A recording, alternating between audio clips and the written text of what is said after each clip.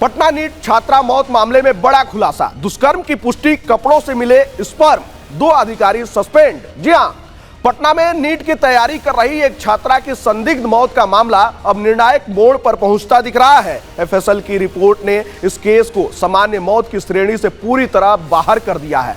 जांच में छात्रा के कपड़ों से मानव शुक्राणु मिलने की आधिकारिक पुष्टि के बाद पुलिस ने इसे बेहद गंभीर अपराध मानते हुए जांच की दिशा बदल दी है। अब आरोपी और अन्य संदिग्धों के खिलाफ डीएनए मिलान के जरिए सच सामने लाने की तैयारी है।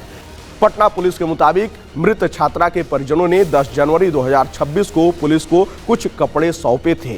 परिजनों का दावा था कि यही वे कपड़े थे जो छात्रा ने घटना के समय पहने थे। इन कपड़ों को कानूनी प्रक्रिया के तहत जब्त कर एफएसएल जांच के लिए भेजा गया। जांच रिपोर्ट में कपड़ों से ह्यूमन स्पर्म के अवशेष मिलने की पुष्टि हुई, जिसने पूरे मामले को सनसनीखेज बना दिया। अब एफएसएल द्वारा इन स्पर्म से डीएनए प्रोफाइल तैयार की जा रही है।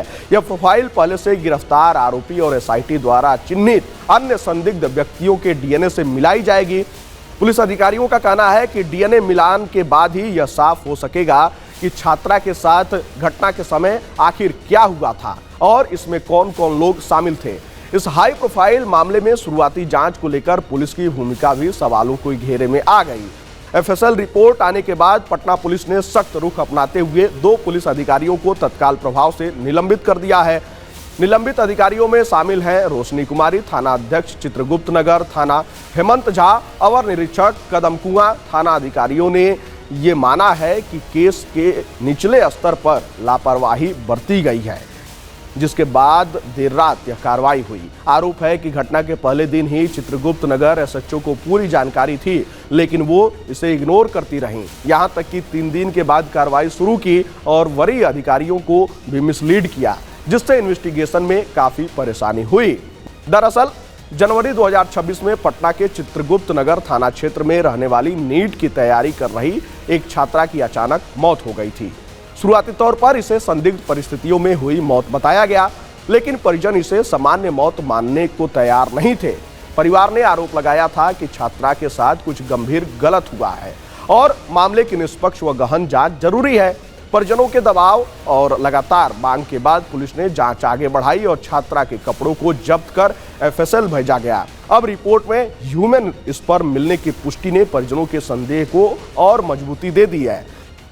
पुलिस का कहना है कि इस केस में डीएनए रिपोर्ट निर्णायक भूमिका निभाएगी और वहीं रिपोर्ट के आधार पर यह तय होगा कि छात्रा के कपड़ों पर मिले स्पर्म किसके हैं और क्या इसका संबंध किसी आपराधिक कृत्य से है। एसआईटी इस पूरे मामले की बारीकी से जांच कर रही है और सभी संभावित कोणों को खंगाला जा रहा है। वहीं पटना पुलिस का दावा है कि इस बार किसी भी स्तर पर लापरवाही नहीं बरती जाएगी। दोषी चाहे कितना भी प्रभावशाली क्यों न हो, उसे बख्शा नहीं जाएगा।